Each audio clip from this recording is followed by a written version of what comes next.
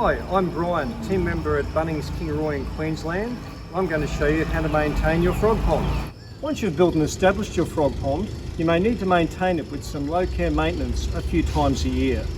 Aquatic plants are good for frogs. It's recommended to use aquatic plants in your pond as frogs and their tadpoles use them as hiding spots.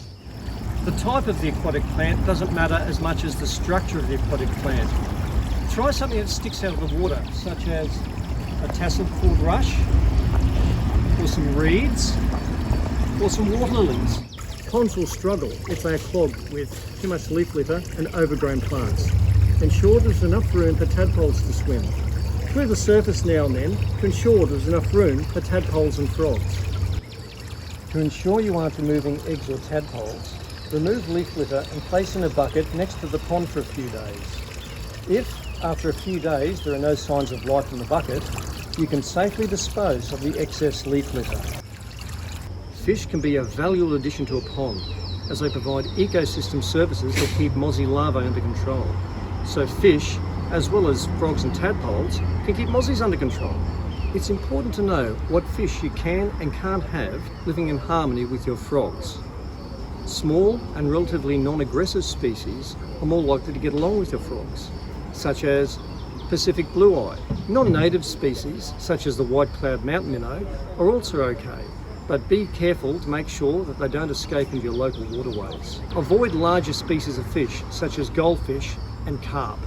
If you live in an area affected by trout, and your pond hasn't had much TLC over summer, you may need to add water.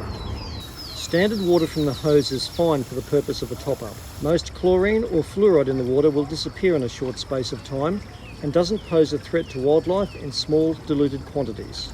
If you're starting a pond from scratch or replacing significant amounts of water, use 100% dechlorinated water or leave the water to age for a few days before putting in fish.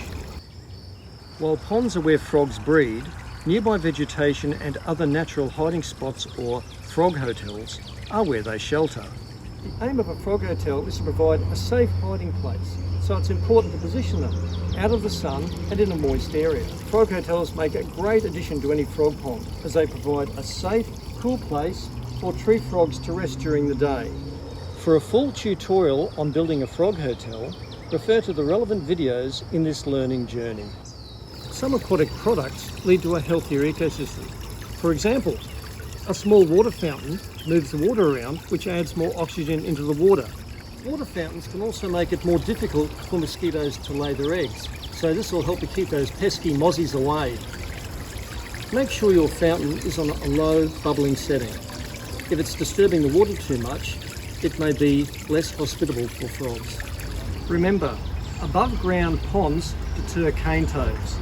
If you're having a problem with cane toads, perhaps consider converting your in-ground pond into an above-ground one.